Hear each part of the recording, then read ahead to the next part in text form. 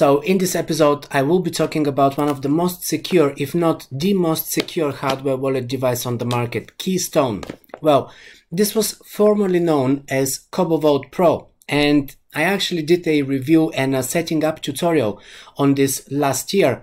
In this video today, I will do the same for the new Keystone Pro device. I interviewed its founder and key developer, Lixin Liu, and we discussed everything you need to know about this device, the rebranding from Kobo to Keystone, what was the need for this, and what are the main security features of this device. Why do I say that it is the most secure device? But before we go into my conversation with Lixin, here is what Keystone Wallet offers, what you get for your money.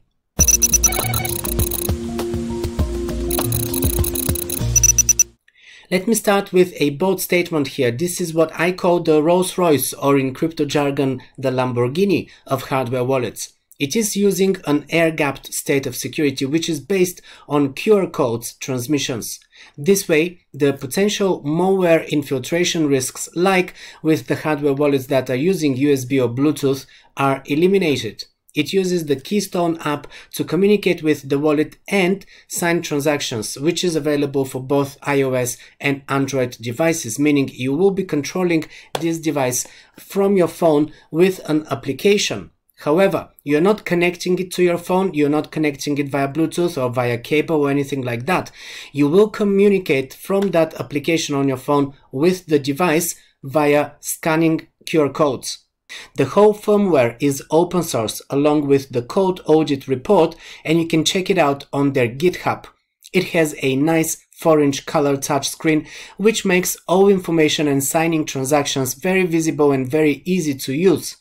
Keystone supports Bitcoin, Ethereum, Bitcoin Cash, Polkadot, Litecoin, Tron, XRP, along with all the Ethereum and Tron tokens and many more. Since it can be integrated with software wallets like Spectre, Blue Wallet, Electrum, MetaMask, Wasabi or Sparrow, it can be used in fact for much bigger number of crypto assets, but also for DeFi and staking purposes. Keystone also offers the Bitcoin-only firmware version, which minimizes the code and attack possibilities for Bitcoin-only users. We discussed this also in my interview. There's also a Keystone tablet metal case for a secure backup of your seed phrase, which you can order separately, and this I do recommend. The seed phrase is ultimately your only and most important recovery code. If your device gets lost, stolen or damaged, you will need this to sync another device with your accounts and to access your coins or tokens, so you should never lose or compromise your seed phrase. Do not store it on your computer or any other digital form, really. As far as security is concerned, Keystone has pioneered the hardware wallet industry's first open source secure element firmware. It allows you to see how private keys are derived from physically generated entropy and stay entirely confined within the secure element. The hardware wallet application layer, circuit diagram and bill of materials are also open source. There is a third-party code audit report, which is also open, the first ever made public by a hardware wallet company. They have now implemented Satoshi Labs SLIP39 Shamir backups, which is basically sharding of the backup phrase and storing it onto several cards.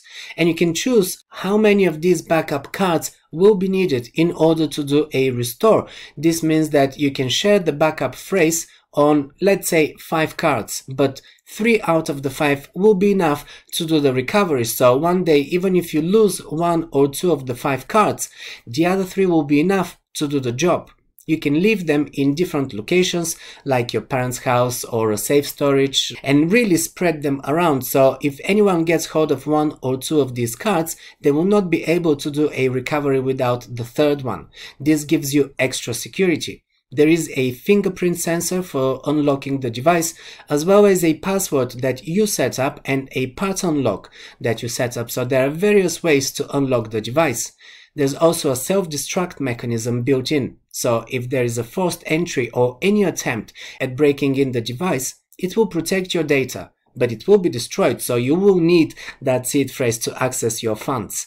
I have some experience with this device from back when it was called CoboVault Pro. This was the first company that hired Lixin Liu to create their hardware wallet, which is still in operation, but after disagreements of new features and upgrades to the device, the developers team walks away from Cobo and set up Keystone, which is why I'm happy to replace my Cobo with Keystone, even though the Cobo device is still fully functional and without any drawbacks. In a blog post titled "Leaving Cobo to Continue the CoboVault Legacy," the former head of hardware at Cobo and main developer Lixin Liu explains the reasoning behind the move to Keystone, and in my interview with him, we also discussed this again, as well as all the key features that make this device unhackable and basically the most secure device on the market. We also discussed new features that make it possible to use DeFi and staking as well with Keystone. So let's take a look. Thank you, Lixin, for coming to the show. And now let's, first of all, let's discuss how this project came about, because I know that you were working on a very similar hardware wallet, if not the same, but a different company name and everything. And you recently left that company, and you did this pretty much on your own, if I'm correct? Yes. Actually, it's maybe a long story. I'm not sure you have the patience to listen to the story.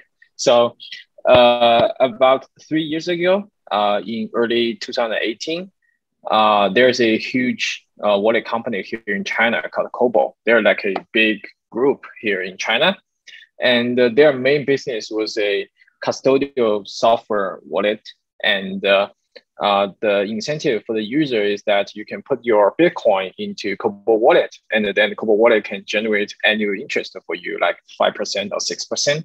So it has huge users. It has a lot of users here in China because the founders are very well connected in the miners community. So it was very successful. And in early 2018, they also feel that they should offer a hardware wallet solution for the community because they were defining Cobo as a full solution wallet company. But the founders, they know that hardware is a totally different business. So they found me and kind of incubated me as a subordinate company under the big umbrella of Cobo, and to run the hardware wallet business called CoboVault. And then Cobo grows another wallet product line, which is Cobo Custody. Cobo Custody is an enterprise wallet for institutional users, and that is also custodial. And last year in 2020, Cobo decided to focus on the custodial service, because you must know that custodial service is more profitable, and it's not very easy to do a very profitable business with hardware wallet. And also at that time, our hardware wallet went abroad, which means we tackled the Western market like the United States and the European countries. But the Cobo wallet was still focused on Asian market, especially China. So there's very few synergy between these two product lines. And it's kind of went against the founder's plan to make a full solution, and the user can either choose what they want. And that's also part of the reason they want to keep the CoboVault in minimum maintenance status. So basically, the first reason is they want to focus on a custodial service, which is more profitable.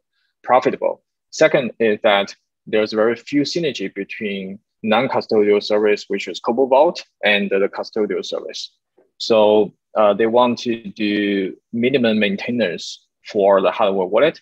And that really, that I fully understand that from a pure business perspective, but that kind of slows my personal goal of delivering the most secure hardware wallet for the market. So I led the team. Personally, I bought out all the intellectual properties of CoboVault, and then I led the team to leave CoboVault to establish a new hardware wallet called Keystone. And from form factor wise, it's almost the same as CoboBot, but we have several improvements for the product. And yes, right now it is where we are. When in the CoboBot era, we spent like almost 2 years to improve the security for Bitcoin community. And right now, recently, after the rebranding, we're trying to help the Ethereum community to improve the signing security. And we're having some big features around the corner. Yeah, that's the thing. That's the right. Well, the new features are actually what I want to discuss with you, because these are new features to me as well. I mean, I am already having the CoboVote Pro that's from last year, and yeah. I'm familiar with the features there. But I see that I already saw on your Twitter there is a tweet about some of the new features, how you can actually use it with DeFi signing transactions and things like that. So I'm sure there's a lot that will be new to me. So give me a quick run through the new stuff.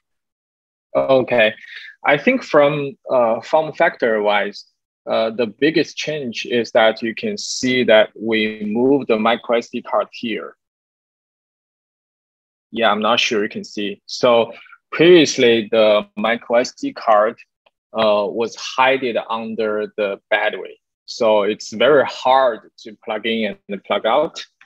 And right now, the micro SD card is on the side of this little slot. So it's on the side. So it's very easy to plug in. We do this design because micro SD card is going to play a more important role in the security schemes. So people may plug in and remove the micro SD card more often. And that's the main reason why we move it out. Yeah. And previously, the main function of the SD card was to upgrade the firmware if you need to install an upgrade. Is there anything else now that you can do with the SD card, or is that still the primarily function? Yes. Previously, we do this design because we mainly think that micro SD card is only for firmware upgrade. But right now, there are a lot of things coming with the micro SD card. One very important feature is that I'm not sure you know what is a ABI for a DeFi, for a smart contract or for a DeFi project. So ABI basically means that it's just like an API. So it's like a protocol to help you to translate a raw DeFi transaction into a human readable transaction. Because you know that the mantra of don't trust, verify, right? So previously, if you only send your Ethereum to your friend, you only need to verify the receiving address is perfect, it's not manipulated. But if you are doing a DeFi transaction, you need to make sure that the DeFi transaction is perfect. Everything is not changed by the hacker or something. So a DeFi transaction is much more complicated, and I think it's because with DeFi transactions, one transaction is actually many transactions in DeFi. This is exactly what you mean, right? Exactly. Yes. It's not one receiving address that you need to make sure that it's correct, but sometimes these transactions would involve conversions and things, so it could be multiple. Yes. So here is a very typical Uni Swap transaction. First is from this address, you send your Ethereum to this Uni Swap transaction. And the value is 0.001 Ethereum and the fee is this fee. The most important part is the data here. So these are the path you are transforming your Ethereum to Uni. You go through the WETH, USDC, Compound, and also Uni. Then you go to Uni. And the most important thing is the to address here. This address is the address that you swap your Ethereum to receive the Uni. So this address is different from these two addresses. These two addresses is Uniswap smart contract address. And this address is the address that you receive the swapping of this transaction. So this is extremely important. This is a screenshot that how Ledger is signing a Uniswap transaction. So there are like 6 steps.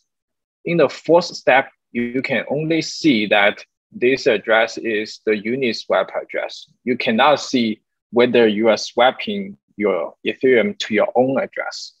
You cannot verify that on this screen, on the ledger. So this is kind of the biggest risk I see for the DeFi transaction. So DeFi transaction becoming more and more complex, and the ABI is something needed to decode or interpret those DeFi transactions. Yeah, and back to our conversation about the micro SD card. So right now, the micro SD card will be used to store those ABIs. And those ABIs are very, very big. For example, we have collected over 50,000, close to 60,000 smart contracts ABIs. And that is over 400 megabytes.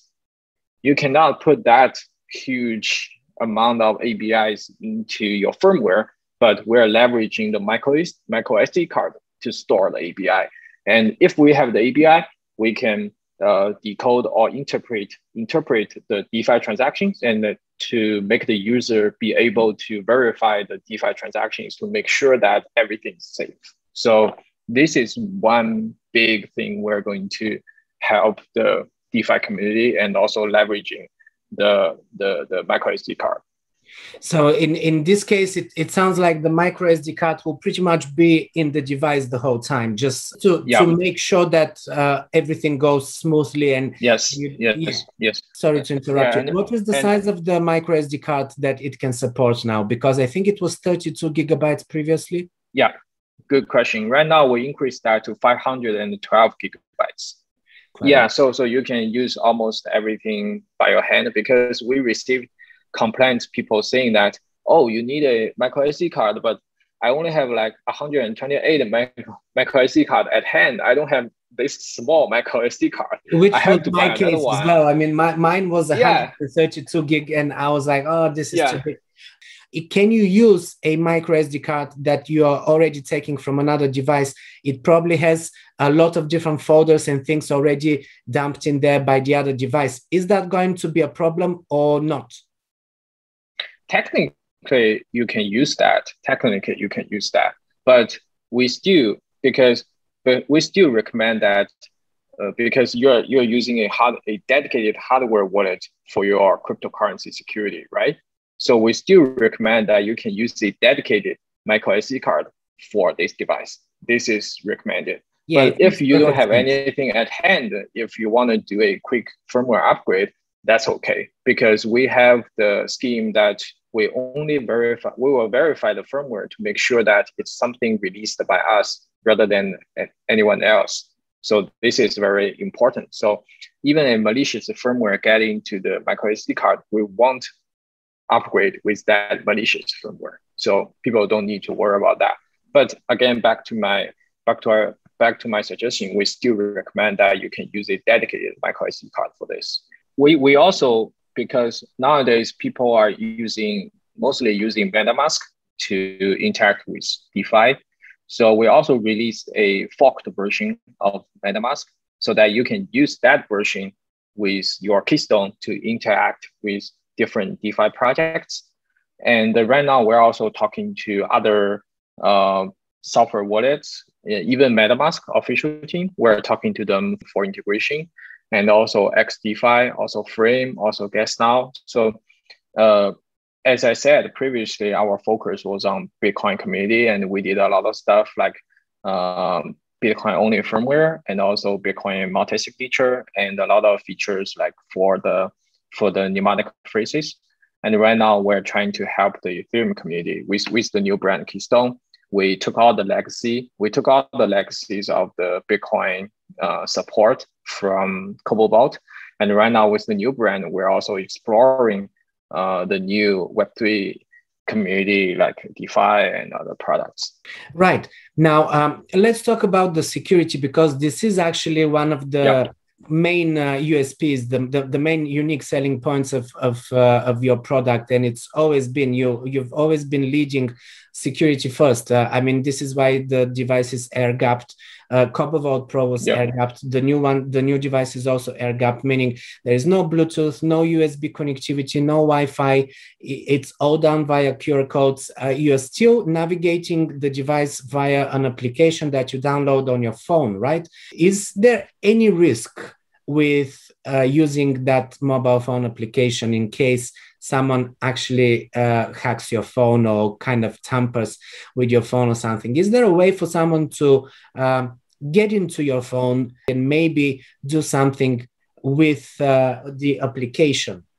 I know a lot of people, they only do very serious transactions on their laptop rather than on their mobile phone, right? But actually, from a pure technical perspective, your mobile phone is safer than your laptop.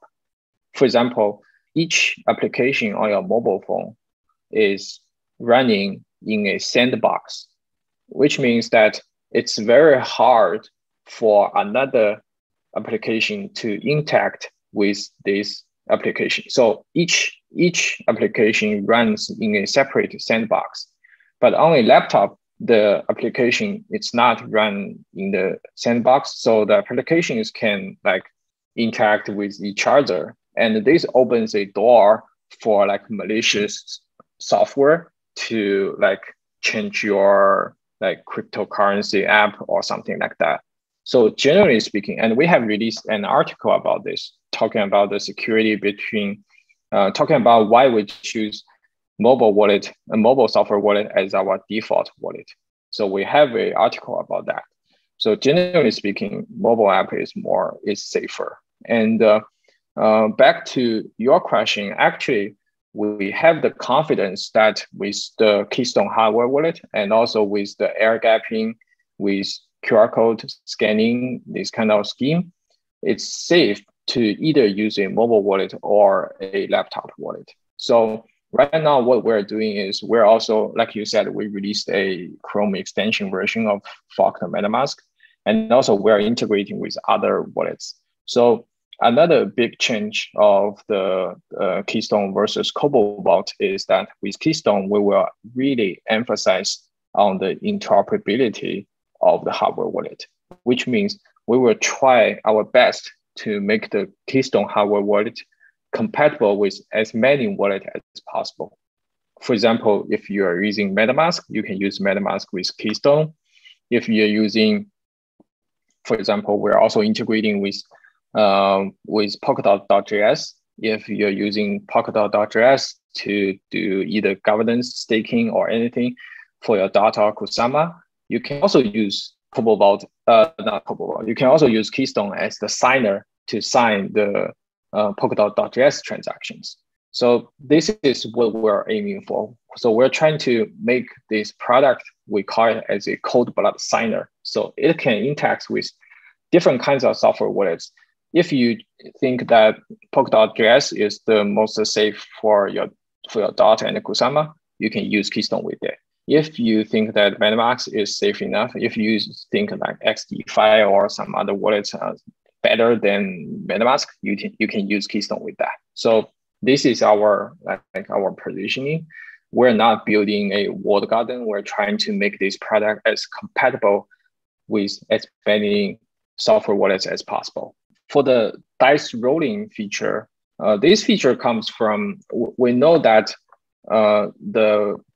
the very original part of your private key is in entropy. So it's just like a random number. So the first step of generating your private key is generating a random number. For example, in the secure element that both Ledger and we use, in the secure element, there's a part called true random number generator. So that is a physical generator. It's very small, very tiny in the chip, but it's a physical generator for the random number generation. But this is true random number generation. But the downside of that part is that part is closed source. So it's not open source. But for algorithm random number generation, it's open source, but it's not true random number. So we're trying to offer user a feature offer user the capability to generate his own true random number, physical random number. That is physical, not generated by algorithm, but generated by physical in a physical way. So with dice rolling, so it's you can roll the dice, and there are 6 numbers, 1 to 6, and you can input the 1 to 6 the numbers into the Keystone device, either 50 times or 100 times. If you do it 50 times, it will generate 12 words mnemonics for you. If you do it 100 times, it will generate 24 mnemonics for you. So this is mainly for user to bypass the true random number generation of the secure element. So user can manually generate their own true random number. So this is the purpose of this feature. And also our feature is the result is aligned with Ian Coleman's tool. So you can double verify, even you don't know any code or you don't have any tech background, you can verify the result of our dice rolling with the online Ian Coleman's tool to make sure that everything is right in the Keystone. Yeah, and this is for the dice rolling. And one final tip for the user is that if you want to use the dice rolling to generate your own recovery phrase, it's much better to use casino dice, because for normal dice, for example, on the side of number 1, there's only 1 hole here. So 1 hole is it's cut off. The other side is number 6. So 6 dots are cut off. So on the side of 1, it's heavier than the side of 6. So it has a higher possibility that on the number 1 side will face down and the number 6 will face up. So more likely you will see the number 6 rather than number 1, because number 1, the side is heavier. For a casino dice, every side is the same weight. So the same possibility for showing 6 or the same possibility for showing number 1. And also when you are setting up, another option we give you is that the Shamir secret words or Shamir recovery phrase. It's just like multi-signature, and this feature was introduced by Trezor. So Trezor had this feature, and we align this feature with Trezor, which means we align the result of this feature with Trezor. For Shamir recovery phrase, it means that it's just like multi-sig. You can break your recovery phrase into 3 pieces or 5 pieces, both okay. So let's take 3 pieces as an example. So you can like break your recovery phrase into 3 pieces, and you can use either 2 of them to recover your recovery phrase. Kind of a sharding of the mnemonic phrase. This is something I feel with time it's going to become more and more widely used and popular, because this is really much more secure. Yeah, it's safer than simply replicate your recovery phrase. Right. Now, I'm also seeing that you have PSBT support, a few different Bitcoin wallets that you are integrated with, such as Spectre, BTC Pay server, Electrum wallet is supported, Wasabi as well. Yeah, Blue Wallet is very famous. Blue Wallet in as Bitcoin well, community. Yeah, and also Sparrow is also very famous. Yeah, I'm not really familiar with this one, I'm afraid. Yeah. But pay attention. But another note is that if you wanted to leverage those features, you have to upgrade the Keystone to Bitcoin only firmware.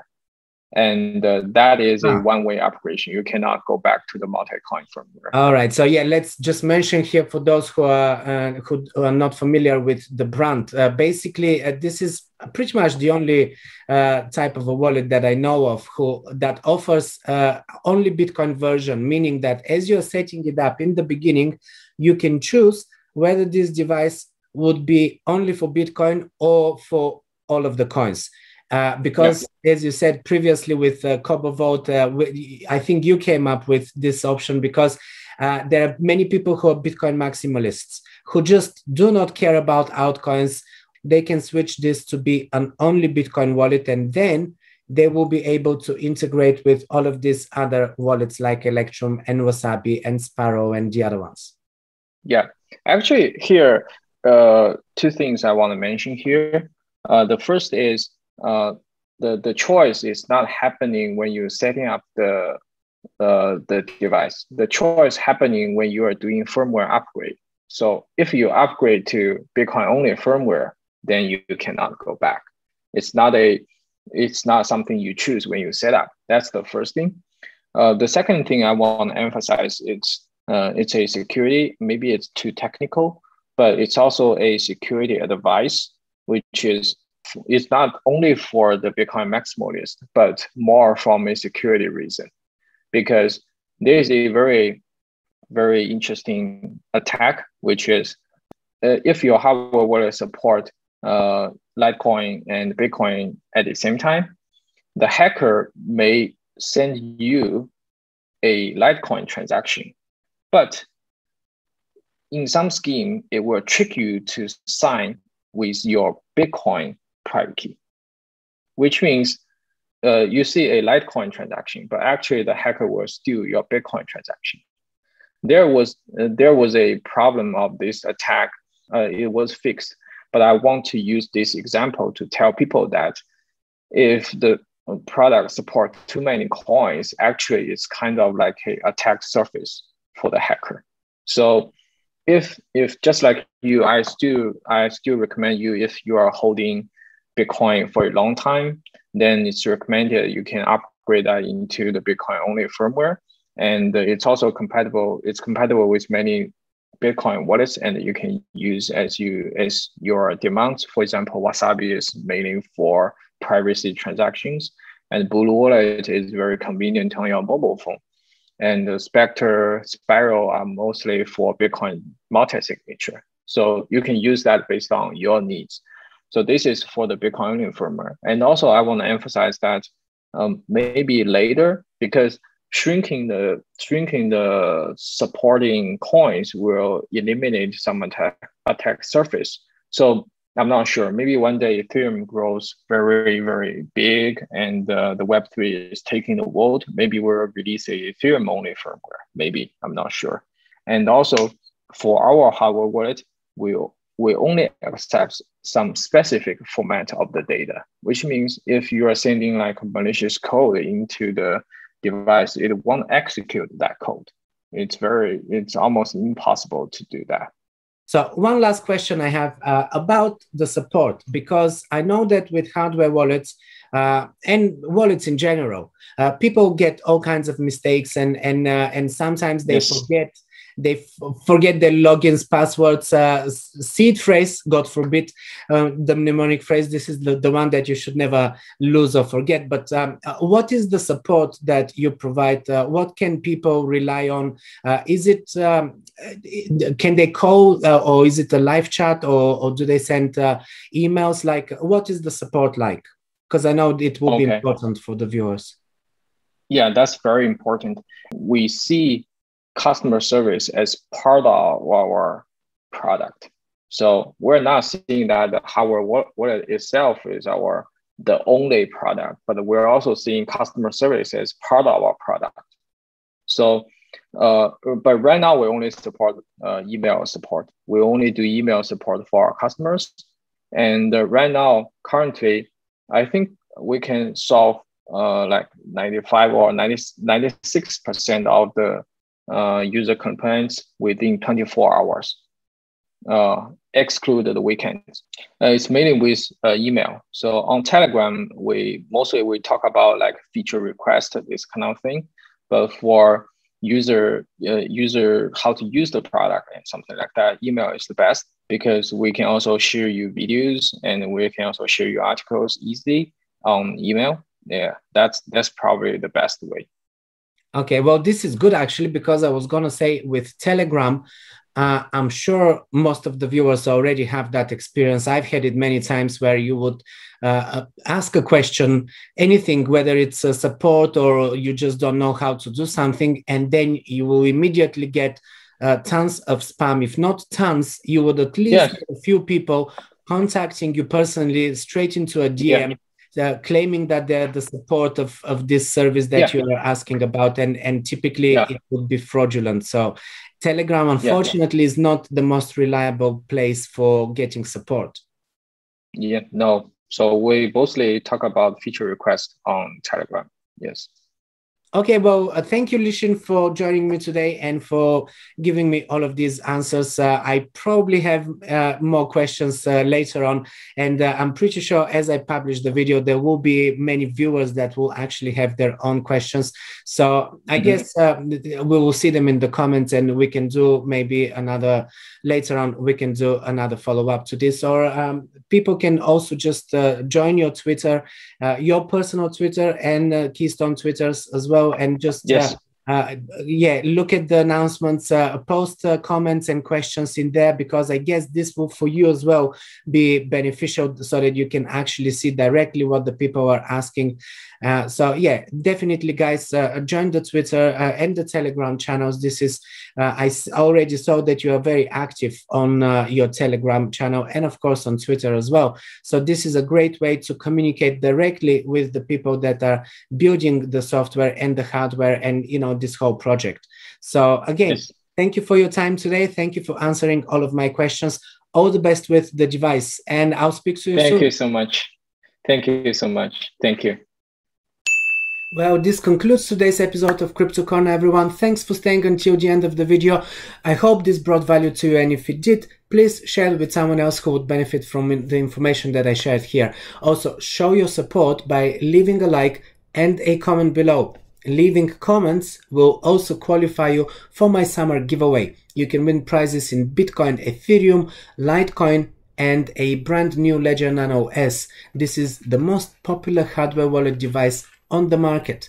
If you're new to crypto, consider getting a copy of my books, Learn Crypto, the Ultimate Beginner's Guide to Investing in Cryptocurrencies, and Crypto Jargon, a complete dictionary of all the crypto terminology that you see in articles, videos, and on social media as well. These two ebooks have already helped thousands of people turn from crypto newbies to experienced investors who know how the markets operate and how to avoid the mistakes that every new investor makes.